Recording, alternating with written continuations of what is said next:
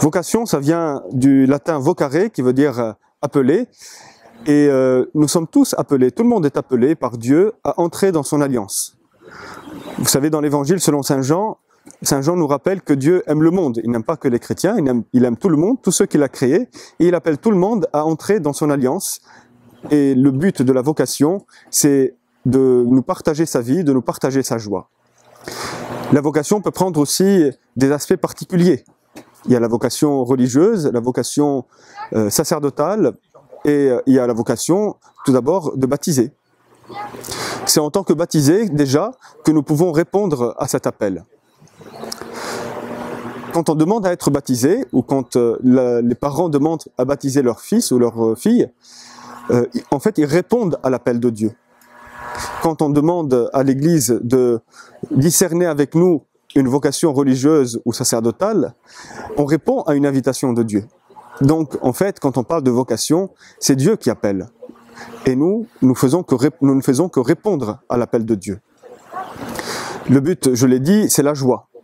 Quand on rentre sur le chemin de la vie presbytérale ou religieuse, il faut que ce chemin nous procure une joie, pas simplement des plaisirs, mais une joie profonde.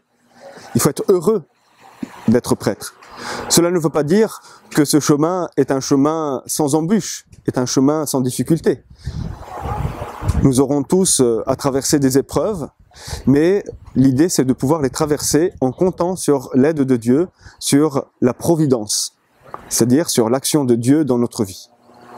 Si une personne ressent un désir de suivre le Christ d'une manière particulière, en étant religieux, religieuse ou en étant prêtre, bien sûr, on peut éprouver une peur, on peut éprouver peut-être le fait de ne pas se sentir apte à suivre le Christ de cette manière-là.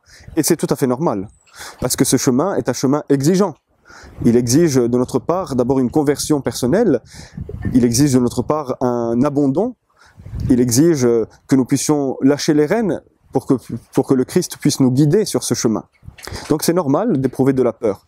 Mais la peur ne doit pas nous empêcher de suivre le Christ d'une manière totale. Parce que, en définitive, suivre le Christ va nous procurer cette joie que nous cherchons. La joie de servir Dieu, mais aussi de servir notre prochain à travers le service de l'Église.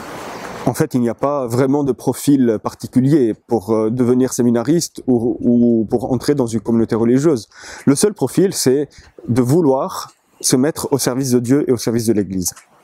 Heureusement d'ailleurs que nous ne nous ressemblons pas tous, car la beauté de l'Église, c'est justement que nous sommes tous différents, que nous sommes complémentaires, que nous pouvons rendre service à l'Église selon nos capacités, selon nos charismes, selon les dons que nous avons reçus de Dieu.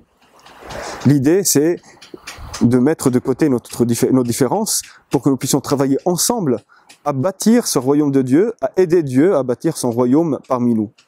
Vous connaissez les fruits du royaume, c'est la paix, la justice et l'amour. Le seul profil, c'est de vouloir travailler à ce qu'il y ait un peu plus de paix dans le monde, un peu plus d'amour et un peu plus de justice.